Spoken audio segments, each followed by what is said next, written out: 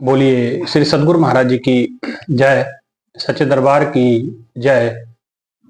उमापति महादेव की जय। गुरुदेव आशुतोष महाराज जी की जय। प्रिय भगवत प्रेमियों, हमेशा की तरह आज भी आप सभी का सत्संग सभा में हार्दिक स्वागत है, अभिनंदन है। प्रभु की कृपा से, दया से फिर आज सत्संग विचारों को लेकर के आपके मध्य उपस्थित हुए हैं। भाइयों बहनों, जैसा कि आपको पता है, विदित है कि सावन महीना चल रहा है और सनातन संस्कृति की मान्यता के अनुसार सावन का महीना बड़ा शुभ महीना माना जाता है और इस महीने का अपना महत्व है, अपनी संस्कृति है, अपना इसका इतिहास है, इसकी अपनी आध्यात्मिकता है। तो आज इसी बात पे हम विचार करेंगे, विमर्श करेंगे, इसको कुछ मनाने का तरीका और जो दुनिया कर रही है उसके ऊपर भी थोड़ा सा संक्षेप में विचार करेंगे। भाइयों बहनों, सावन का महीना बड़ा पूजनीय महीना माना जाता है। आप जानते हैं कि सावन महीने में शब्द और अगर आप नजर डालोगे तो भगवामय हो रखा होता है। आप जानते हैं, लोग बाबा धाम जाते हैं, बैजनाथ धाम जाते हैं, गंगा जी का जल लेकर के भगवान भोलेनाथ जी का जलाभिषेक करते हैं। अगर कोई नहीं जा पाता तो आसपास जो भी नदी होती है, जो मान्यता प्राप्त नदी है, उस क्षेत्र की तीर्थ नदी मानी जाती है, उस नदी का जल लेके आसपास के जो पुराने शिवालय हैं या भगवान भोलेनाथ के जो पुराने मंदिर हैं, उन मंदिरों में भगवान का जलाभिषेक किया जाता है।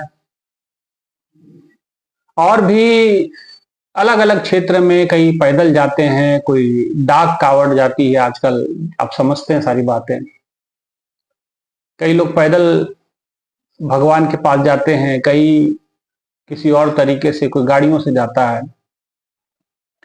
ये सावन महीने को कुछ इस प्रकार से लोग सेलिब्रेट करते हैं। लेकिन सर्वप्रथम हमें जानना होगा कि सावन के महीने का इतना महत्व क्यों है। भाइयों बहनों, सावन महीना ये हिंदू मान्यता के अनुसार, जो अपने हिंदू कैलेंडर अगर आप समझते हैं, विक्रमी संवत, उस कैलेंडर के अनुसार ये 5वां महीना पड़ता है। और अंग्रेजी कैलेंडर से अगर आप अंदाजा लगाएं तो जुलाई अगस्त इसको कह सकते हैं। 7वां और 8वां महीना इसमें दोनों का मिला करके अंग्रेजी में पड़ेगा, अंग्रेजी कैलेंडर में। सावन महीना एक तो चारों ओर बारिश का मौसम होता है, प्रभु की कृपा से गर्मी से निजात पाता है इंसान, और जगह जगह बारिश की वजह से हरियाली ही हरियाली मिलती है। इसलिए तो ये भी एक मन को सुहाने वाला मौसम माना जाता है। कृषकों के लिए बहुत उत्तम समय होता है, जिस समय अपने फसल को आगे बढ़ाते हैं, धान लगाते हैं या और भी जो भी फसल को करते हैं, तो पानी उसके लिए उपयोगी है। तो एक प्रकार का ये सावन का महीना प्राकृतिक तौर पे बड़ा सुंदर महीना है। इस महीने का महत्व इसलिए भी बढ़ जाता है कि इसमें कुछ अद्भुत घटनाएं घटी, कुछ अलौकिक घटनाएं घटी, जिसके कारण से इस महीने की को पूजनीय बना दिया। पहली घटना इसमें यह घटी कि भगवान भोलेनाथ का माता पार्वती के साथ मिलन होता है। तो एक तो खुशी का ये कारण होता है, और दूसरा इसी महीने में कहा जाता है, धार्मिक मान्यताएं ऐसी हैं कि इसी महीने में समुद्र मंथन हुआ था, सावन महीने में। अब समुद्र के मंथन में बहुत सारी वस्तुएं प्राप्त होती हैं देवताओं को, असुरों को, लेकिन उसमें सबसे भयंकर जो चीज निकली थी वो निकली थी हलाहल विष। अमृत तो निकला ही निकला, वो तो भगवान ने सब देवताओं को पिला दिया। देखिए, देवताओं की खासियत हो तो अमर हुए अमृत पी के, लेकिन भोलेनाथ जी जहर पी के अमर हो गए। इसलिए वो देव हैं तो ये महादेव है। तो इसलिए भाइयों बहनों, इस सावन महीने में समुद्र मंथन की प्रक्रिया घटी। देवों और असुरों के अंदर में ये संधि हुई कि समुद्र मंथन किया जाए, और समुद्र मंथन करके जो सबसे खतरनाक, सबसे हलाहल जो विष था वो निकला, जिसके कारण प्रकृति का समतोल बिगड़ा। प्रकृति उस हलाहल विष को झेल ना पाई, और सभी लोगों ने भगवान के आगे प्रार्थना की। सब जीवों ने, सभी देवताओं ने, ऋषियों ने, मुनियों ने, और भगवान भोलेनाथ ने वो विष का प्याला, विष जो था, अपने अंदर ग्रहण कर लिया, पी लिया। और भगवान ने जिस समय विष का प्याला पिया और वो विष सारा कंठ में उनके समा गया, और कंठ उनका विष के कारण नीला पड़ गया, तो भोलेनाथ जी का एक नाम नीलकंठ भी पड़ गया। सावन महीने का कुछ ये भी एक महत्व है। तो जिस समय भगवान ने विष पी लिया, तो विष के कारण से शरीर की, विष तो विष है, तो भगवान के शरीर की गर्मी बढ़ने लगी। ऐसा मान्यताएं हैं कि भगवान का ताप बढ़ने लगा, और जब भगवान का ताप बढ़ने लगा तो सृष्टि में बैलेंस फिर बिगड़ने लगा। पहले तो हलाल विष के कारण, लेकिन अब भगवान भोलेनाथ जी का ताप जिस समय बढ़ने लगा तो सभी देवी देवताओं ने जल से भगवान के शर के ऊपर में वो जल डालने लगे। तो वहीं से वो जलाभिषेक की परंपरा शुरू हुई। सभी देवी देवताओं ने भगवान भोलेनाथ को ठंडा करने के लिए, या यूं कहे कि उनके ताप को कम करने के लिए, उनके सर पे जल डालना शुरू किया। और तब से ये परंपरा भगवान भोलेनाथ की, इस महीने में सब लोग जल लेकर के आते हैं, और भोलेनाथ जी के जो शिवलिंग आप देखते हैं उसके ऊपर ज्योतिर्लिंग या जो भी आसपास तीर्थ क्षेत्र होता है शिव जी का, नहीं तीर्थ क्षेत्र तो पुराना कोई मंदिर होता है, तो उसमें शिव जी का वो जो भी जल वो लेकर के आते हैं लोग, आसपास की नदियों से या गंगा जी से, या जो भी मान्यता प्राप्त नदियां आसपास क्षेत्र में है, तो वो सब जल भोलेनाथ जी के ऊपर डाला जाता है। वो एक प्रकार की ये मान्यता है। इसीलिए भाइयों बहनों, सावन महीने का ये तो कुछ इस प्रकार से मैंने संक्षेप में आपको इतिहास बताया। ये तो हो गई बात इतिहास की, वहां से वो परंपरा चल पड़ी। लेकिन भगवान भोलेनाथ नीलकंठ कहलाए। उन्होंने जहर का प्राशन किया, मानवता का दुख हरा, असुरों को अमृत दिया, खुद विष का पान किया। आज हम क्या कर रहे हैं? हमारे जीवन में भगवान भोलेनाथ का कितना महत्व है, या भगवान भोलेनाथ से आप क्या सीख लेते हैं, आज इस पे विचार करना है। भाइयों बहनों, सावन का महीना भगवान भोलेनाथ जी का जलाभिषेक करने का महीना। आज चहु और नजर मारिए, चारों तरफ आपको भगवान भोलेनाथ के जयघोष लगते हुए नजर आएंगे। सारा संसार, सारा भारतवर्ष भगवामय हो रखा होगा। अब भगवान भोलेनाथ का इस प्रकार से जलाभिषेक सारे लोग श्रद्धा के साथ करते हैं, इसमें उनकी श्रद्धा पे हमें कोई डाउट नहीं है। लेकिन फर्क तब पड़ता है जब आप भोलेनाथ जी को जानते नहीं हैं, शिव जी को जानते नहीं, लेकिन शिव जी के नाम को हम बदनाम कर देते हैं। किस प्रकार से बदनाम करते हैं? आप कहोगे कि स्वामी जी कैसी बात आपने कर दी। भाइयों बहनों, आज शिव जी के नाम पे जब हम कावड़ लेकर जाते हैं, कोई बुराई नहीं, लेके जाइए। आपकी श्रद्धा, आपका समर्पण, उसको सत नमन, सतबार नमन। लेकिन उस दौरान जो कृत्य हमारे द्वारा होते हैं, हम लोगों के द्वारा होते हैं, भक्तों के द्वारा होते हैं, उस पर जरा आपको सोचना चाहिए। जगह जगह गांजा पीना, भांग पीना, लोगों को गालियां देना, ये शिव भक्त का काम नहीं है।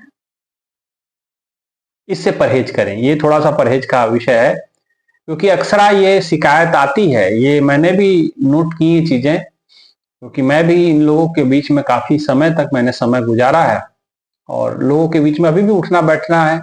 सब केवट कावड़ लेके जाते हैं तो आते हैं, आश्रम में भी प्रणाम करते हैं, कई प्रेमी भी जाते हैं। तो हम सबको कहते ठीक है जाइए, लेकिन श्रद्धावान बन करके। आप मेले में घूमने जैसा ना करें, श्रद्धा के साथ जाएं, भाव के साथ जाएं। भोलेनाथ जी जो मांगेंगे मिलेगा, जो मांगे ठाकुर अपने से सोई सोई दे रहे।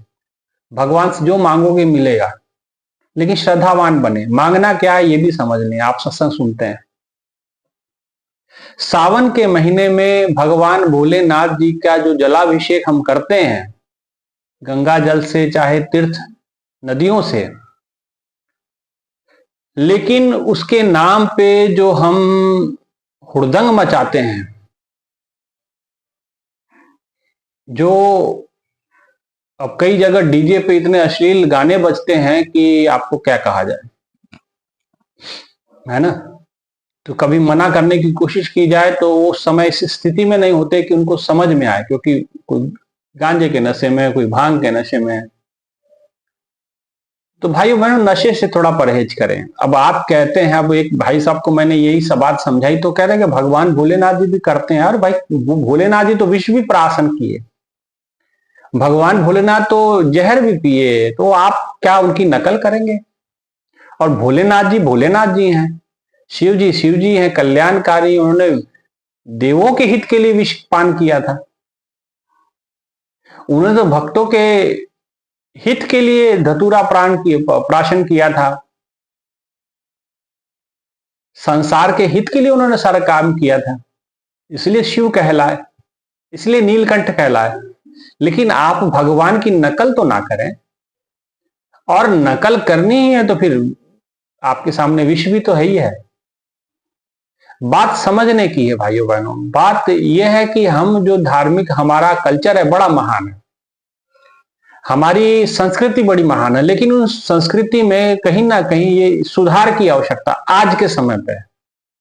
संस्कृति जो पवित्र है उस पर हमें कोई संशय नहीं, लेकिन संस्कृति के अंदर जो ये चीजें आ गई हैं, जैसे शराब पीना, धतूरे का सेवन करना, भांग का सेवन करना, और फिर भांग के जब नशे चढ़ते हैं तो आप जानते हैं कि भांग का नशा बड़ा बेकार होता है, धतूरे का नशा बड़ा बेकार होता है, गांजे का नशा बड़ा बेकार होता है, कई बार जानलेवा तक हो जाता है। इसीलिए अपने प्राण के दुश्मन स्वयं ना बने, और बदनामी इसमें भगवान की हो जाती है, बदनामी अपनी कल्चर की हो जाती, बदनामी अपनी संस्कृति की हो जाती। तो ऐसा कार्य ना कर। सुन लो ए दीवानो, ऐसा काम ना करो, और प्रभु का नाम बदनाम ना करो, भगवान का नाम बदनाम ना करें। आप पीते हैं ठीक है, हमें उस पर कुछ नहीं कहना, लेकिन फिर आपको सभ्यता का भी परिचय देना है। सड़कें आप जाम कर देते हैं, डीजे बजाते हैं, डीजे में अश्लील गाने होते हैं, कोई वहां बोलने वाला नहीं होता, तो ये भी आपको समझना। भगवान के भजन चलाइए, भोलेनाथ जी के बम बम चलाइए, कोई फर्क नहीं पड़ता, वो बहुत मान्य।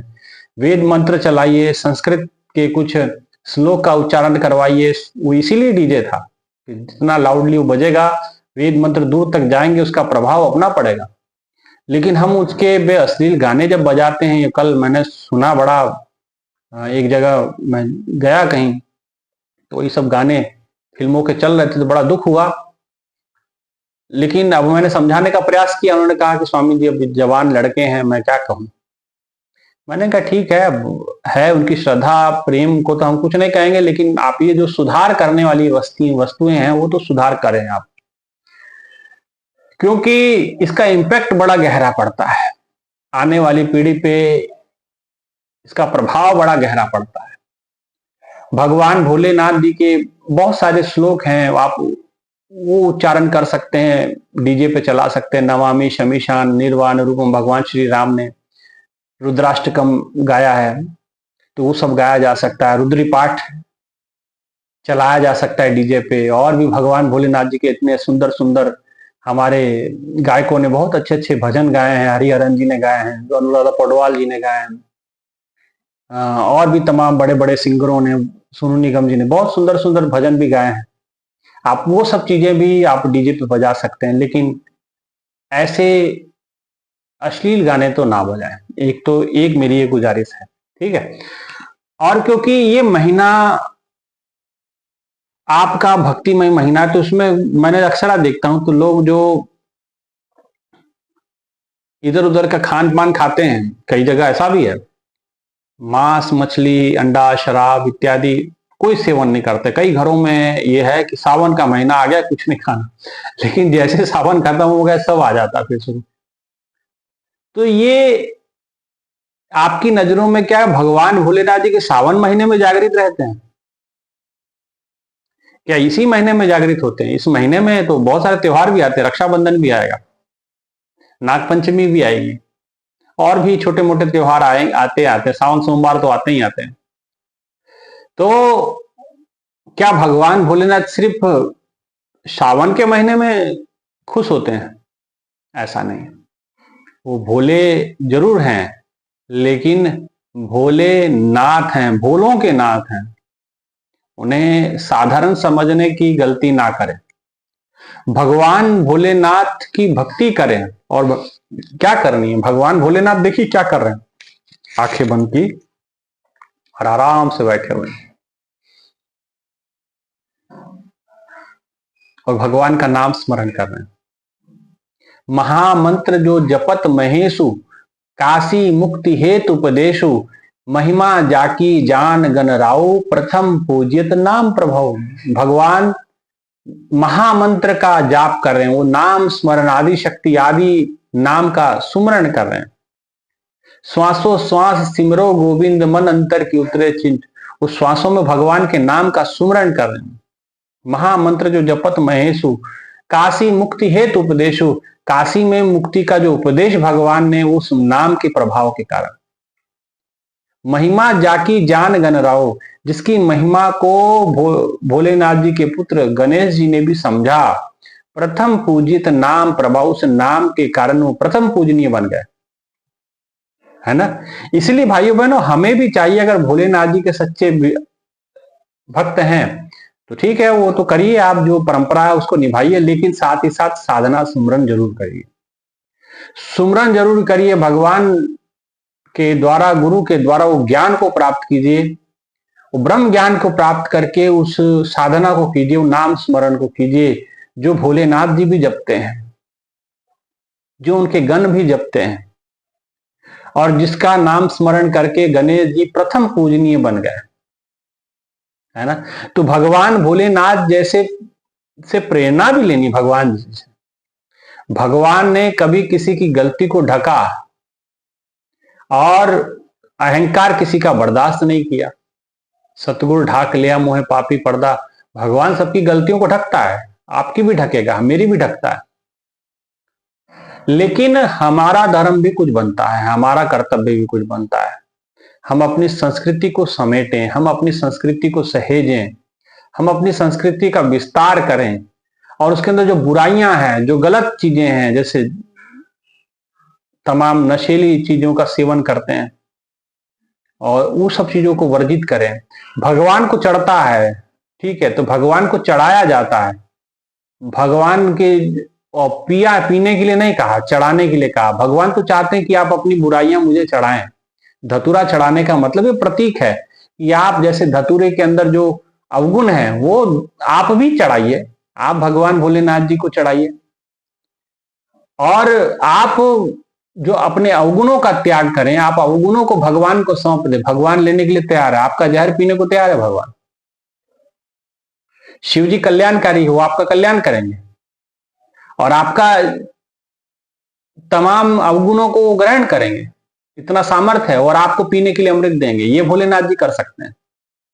और भोलेनाथ जी कौन है? गुरु शंकर रूपिण। गुरु ही शंकर का रूप होता है, रामायण के अंदर में आता है। गुरु शंकर का रूप होता है, आप सुने होंगे, गुरु ब्रह्मा गुरु विष्णु गुरु देवो महेश्वरा। महेश्वरा मतलब शिव जी।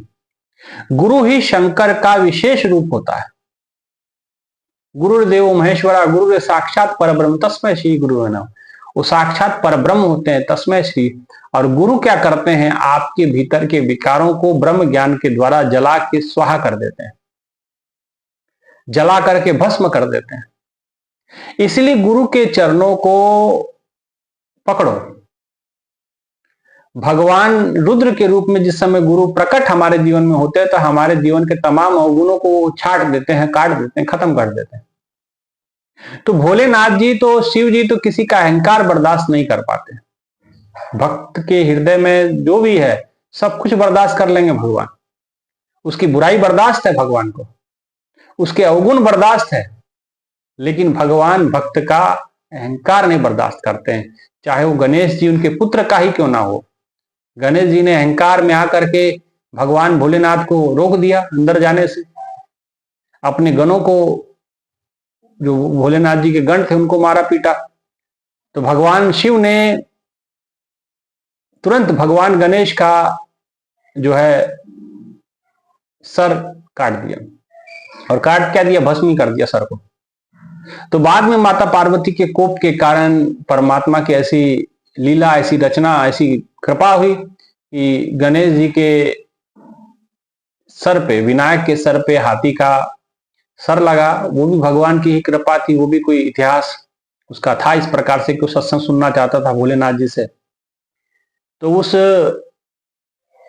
गजासुर से वो सर उनका ले करके और गणेश जी के सर पे रखा गया और कहा कि प्रथम पूजनीय बनेंगे, इनके अंदर तमाम गुण होंगे। तो भगवान ने तो अपने पुत्र का तक अहंकार बर्दाश्त नहीं किया। तो आप हम क्या हैं, समझें बात को। तो अपने अहंकार का त्याग करें, अपने आप को भगवान पे चढ़ा दें, मतलब अपने आप को सौंप दे प्रभु को, अपने आप को प्रभु के चरणों में लीन कर दें, अपने अवगुणों को त्याग कर दें। भगवान पे धतूरा, भांग, ये सब चढ़ाया जाता है। क्यों चढ़ाया जाता है? क्योंकि ये अवगुणों का प्रतीक है। हम अपने अवगुणों का त्याग करें, प्रभु के चरणों में सारे अवगुण त्याग करें। तो ये सावन का महीना, ये संकल्प का दिन है। हमें संकल्प लेना है कि हम अपने अवगुणों का त्याग करें। सावन के इस पवित्र महीने में हम अपने अवगुणों को त्याग करके और शुद्ध गुणों को अपने हृदय में रोपित करें, उसको बढ़ाएं, उसको प्रफुल्लित करें, उसको विकसित करें। हम अपने कल्चर को, अपनी संस्कृति को फैलाएं, हम अपने धर्म को फैलाएं, हम अपने अध्यात्म की रश्मियों को, हम अपनी प्रभु के इस प्रेम की, भक्ति की किरणों को दूर दूर तक फैलाएं, ताकि देश का, दुनिया का माहौल बदल सके, ताकि दुनिया के अंदर पवित्रता का वास हो सके, ताकि दुनिया के अंदर धर्म का वास हो सके, ताकि दुनिया के अंदर भगवान भोलेनाथ का जयघोष हो सके। और भोलेनाथ जी के जयघोष से ज्यादा आपका अपना या भक्तों का स्वयं का जीवन सुखद, सुंदर और प्रभुमय बन सके। इसीलिए हमें ये सब काम करना है। तो भोलेनाथ जी का ये जो समय है, सावन का महीना, ये शुभ संकल्प का दिन है। आप सावन महीने में साधना कर सकते हैं खूब ज्यादा से ज्यादा। चारों ओर आप देखें प्रकृति बड़ी सुंदर हो रखी होती है, हरियाली चारों ओर होती है। कहा जाता है दिल दुनिया से लगा दिल जरा हो गया, दिल हरी से लगा दिल हरा हो गया। तो दिल हरा तो है ही है, संसार भी हरा हो रखा होता है, प्रकृति भी हरी भरी हो रखी होती है। जहां देखोगे पेड़ के पत्ते हरे भरे सब चारों ओर नजर आएंगे। हाँ, इस महीने में नागपंचमी है, भगवान देखो भोलेनाथ जी सांप को भी गले में धारण कर रखे हैं। उसके अंदर जहर है लेकिन फिर भी उन्होंने गले में धारण कर रखा है। क्यों? वो पशुपतिनाथ हैं और हम पशुओं को काट काट के खा रहे हैं। उनका एक नाम पशुपतिनाथ भी, जो पशुओं की पत रखने वाला है, उनका नाथ है, उनका मालिक है, उनकी रक्षा करने वाला। भगवान ने तो सांप को भी बचाया। भगवान के पास तो बैल है, उसको भी रक्षा की हो। भगवान के घर में चूहा भी है, भगवान के घर में मोर भी है। कार्तिक जी की सवारी मोर है, गणेश जी की सवारी चूहा है ना। माँ पार्वती जी की सवारी जो है शेर है। तो सभी तो उन्होंने अपने संभाले हुए हैं। तो पशुओं की लाज रखने वाले, तो हम तो फिर भी इंसान हैं, तो क्या हमारी लाज नहीं बचाएंगे? क्या हमारी रक्षा नहीं करेंगे? वो तो पशुओं की लाज रखते हैं, हमारी नहीं रखेंगे। लेकिन क्या हम पशुओं को बचा पा रहे हैं? सबसे बड़े भक्षिक तो हम, भगवान भोलेनाथ जी के सबसे बड़े दुश्मन तो हम ही बन गए। आप भगवान के बनाए हुए प्राकृतिक जीवों को हम खुद खाना शुरू कर दिए। अभी जैसे सावन महीना खत्म होगा, देखिए क्या हाल होगा। आजकल तो दुकानें बंद है, सब जगह ये है। लेकिन जैसे सावन खत्म होगा, और सावन खत्म होने के बाद आप देखिए कैसे लोग कतार लगा लगा करके इन दुकानों पे पहुंचेंगे, और घर घर में मांस मछली पहुंच जाएगा। सावन के महीने में बचे हुए हैं सब, है ना। तो ये जो दोगलापन है कि खास एक पर्टिकुलर टाइम पे भगवान जागृत हैं, बाकी जगह सोए हुए हैं, तो ऐसा नहीं है। कर्म प्रधान विश्व रच राखा, जो जस करे तस फल चाखा। सतना कसाई की कहानी अगर आपने सुनी हो तो यही आता है कि कई जन्म में वो बकरा बना तो उसको काटा गया, कब वो जब वो कसाई बना तो जो उसको काटा था वो बकरा बना, फिर उसको काटा। वो एक दूसरे परंपरा चली आ रही थी। तो भाइयों बहनों, कटना तो आपको ही पड़ेगा। इसलिए केवल सावन महीने में भगवान रक्षा करेंगे ऐसा नहीं। भगवान तो हरि व्यापक सर्वत्र समान है, सब कालों में वो समान है, महाकाल है वो। उन पे काल का असर नहीं पड़ता, समय का असर नहीं पड़ता। महाकाल है, महातेज पुंज है, ज्योतिर्लिंग है, वो ज्योति स्वरूपा है, प्रकाश है, सहज प्रकाश रूप भगवान है। उसका ध्यान करें। तो सावन महीने में हम केवल ये कहें कि भाई सावन महीने में भगवान की भक्ति और बाकी समय में विभक्ति करें, सावन के महीने में भगवान भोलेनाथ को याद करें और सावन बीत जाए तो उसके बाद हम अपनी मनमर्जी शुरू कर दें, तो ये नहीं चलेगा। ये दोगलापन नहीं चलेगा, ये दोहरी नीति नहीं चलेगी। भगवान भोलेनाथ ऐसा नहीं कि सावन के बाद वो जाके सो जाएंगे कहीं, ऐसा नहीं है। वो जागृत ही रहते हैं, वो हमेशा, वो मृत्यु के देवता है, काल के देवता है। इसलिए हम अपनी अज्ञानता का त्याग करें और सचेष्ट हो जाएं, जागरूक हो जाएं, क्योंकि भगवान की भक्ति से सुख मिलता है, शांति मिलती है। परंतु कब? जब हमारे भाव शुद्ध होते हैं, हमारा भोजन हम शुद्ध करें, हम अपने धर्म को बढ़ावा दें। हम ऐसा कार्य कर देते हैं कि अधर्म हो जाता है, धर्म के नाम पे अधर्म हो जाता है, फिर हमें वो रिजल्ट नहीं मिल पाता जो मिलना चाहिए। फिर हम कहते हैं कि ये क्या हुआ, भगवान ने तो हमारी मदद ही नहीं की, हम भगवान के सावन में इतने जल हमने चढ़ा दिए लेकिन हमारी मनोकामना पूरी। तो आपकी मनोकामना थी क्या? आपकी मनोकामना में कि जगत कल्याण था? आपकी मनोकामना में परहित था क्या? आपकी मनोकामना में संसार का कल्याण था? नहीं, आपके हित, आपकी मनोकामना में स्वार्थ सिद्धि थी। आपकी मनोकामना में अपना कार्य पूरा होना चाहिए, और उस पूर्ण काम होने के लिए भले किसी और का नुकसान हो जाए, अपना काम बनना चाहिए, किसी और का नुकसान हो जाए चलेगा। तो ऐसा तो भगवान कभी नहीं होने वाला, ऐसा आशीर्वाद तो कभी देने वाले नहीं। इसलिए भाइयों बहनों, आपकी मनोकामना को भगवान की मनोकामना बनाए। जैसे भगवान ने शिव क्यों कहलाए? क्योंकि उन्होंने विष पिया, उनका स्वार्थ। वो कहते नहीं मैं नहीं पी रहा, जाओ जिसने अब निकाला है, तुम अमृत चाहिए था, अब झेलो तुम दोनों मिल करके। लेकिन देवों के हित विष पी डाला, नीलकंठ को कोटि प्रणाम। तो वो नीलकंठ कहलाए, देवों के हित का। तो ऐसे हमें भी कल्याणकारी बनना है, हमें खुद जहर पीना आना चाहिए। हम लोगों की बुराइयों को हजम करना सीखें, हम लोगों को भगवान भोलेनाथ जैसे हम बनने का प्रयास करें। भगवान भोलेनाथ पशुओं के बीच में रहते हैं, लेकिन पाश्विकता कभी उनको छू नहीं पाई, स्पर्श नहीं कर। उल्टा पाश्विकता उनके पास आके देवत्व का रूप ले लेती है, पशुता उनके पास आकर के देव तुल्य हो जाती है। बड़े बड़े राक्षस भगवान भोलेनाथ जी के चरणों में आके देवता समान बन जाते हैं। चूहा भगवान के संपर्क में आया, पूजनीय बन गया। हाथी भगवान के शरण में आया, पूजनीय बन गया। भगवान के शरण में वासुकी नाग आए, नाग पूजनीय बन गए, नाग कुल का उद्धार हो गया, है ना। भगवान के शरण में बैल आ गए, उनकी वृषभ जी, नंदी जी आ गए, उनका उद्धार हो गया। माता पार्वती का शेर भगवान भोलेनाथ जी के परिवार में चला गया, वो पूजनीय बन गया। इसीलिए हम पूजनीय बन सकते हैं भोलेनाथ जी का संपर्क। लेकिन भोलेनाथ जी को जाने तो सही, वो कौन है। हम केवल मानने लेने से काम नहीं चलेगा। भगवान साक्षात जागृत रहते हैं हमेशा, सावन महीने में नहीं, वो हमेशा रहते हैं।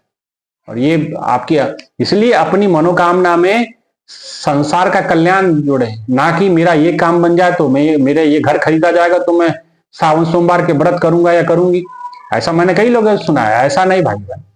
हमारी मनोकामना में जगत कल्याण छुपा होना चाहिए, हमारी मनोकामना में प्रभु प्रेम छुपा होना चाहिए, हमारे मनोकामना में आत्म कल्याण छुपा होना चाहिए। स्वार्थ सिद्धि नहीं, स्वार्थ कभी भगवान पूरा नहीं करते, है ना। और अगर स्वार्थ पूरा हो गया आपका, तो देखना एक स्वार्थ पूरा होते दूसरा स्वार्थ खड़ा हो जाएगा, एक इच्छा पूरी होती है दूसरी इच्छा पूरी हो जाएगी, है ना। इसलिए हमें स्वार्थ सिद्धि नहीं करनी है, हमें परमार्थ की ओर बढ़ना है। तो सावन का महीना बड़ा उपयुक्त महीना है, गुरु पूर्णिमा से शुरू होता है। देखिए ये भी कमाल की खासियत है, गुरु पूर्णिमा से ये शुरू होता है सावन महीना, और ये चलता पूरा महीना, है ना। तो गुरु पूजा से संकल्प लें, संकल्प लिया ही होगा कि हम अपने अवगुणों का त्याग करेंगे और महाराज जी की भक्ति करेंगे, साधना करेंगे, भोलेनाथ जी का स्मरण करेंगे, महामंत्र जो जपत में जो महामंत्र का जाप भगवान कर रहे हैं वो जाप हम भी करेंगे, नाम स्मरण करेंगे। तो इसलिए माला मंत्र घुमाने से नहीं होगा काम, नाम स्मरण करना पड़ेगा, साधना भजन करनी पड़ेगी, तभी वो पथ पे बढ़ पाएंगे आप, और ये स्वार्थ से ऊपर उठ पाएंगे, ठीक है ना। इसलिए केवल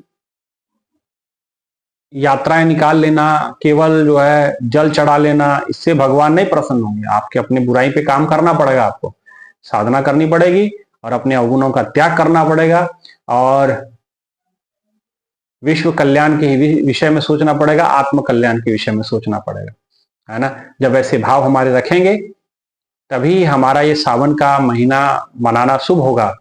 नहीं तो ठीक है आप कर रहे हैं, उसमें कोई हमें ये नहीं, लेकिन जो है उसका लाभ आप जितना लेना चाहो, जो कल्याण आपका होना चाहिए वैसा होगा नहीं, है ना। इसलिए अपने स्वार्थ से ऊपर उठें और परमार्थ के लिए तत्पर हो जाएं, अपने कल्चर के लिए काम करें, अपने धर्म के लिए काम करें, अपने संस्कृति के लिए काम करें, तभी हमारा जीवन सार्थक होगा, हमारा जीवन सफल होगा। इसी मनोकामना के साथ सावन महीने की सभी को हार्दिक हार्दिक हार्दिक शुभकामनाएं, और जरूर इस चैनल को सब्सक्राइब करें और विचारों को शेयर भी करें। इतना ही कहते हुए विचारों को विराम देते हैं। बोलिए श्री सद्गुरु महाराज जी की जय, सच्चे दरबार की जय, उमापति महादेव की जय, सद्गुरु आशुतोष महाराज जी की जय। धन्यवाद।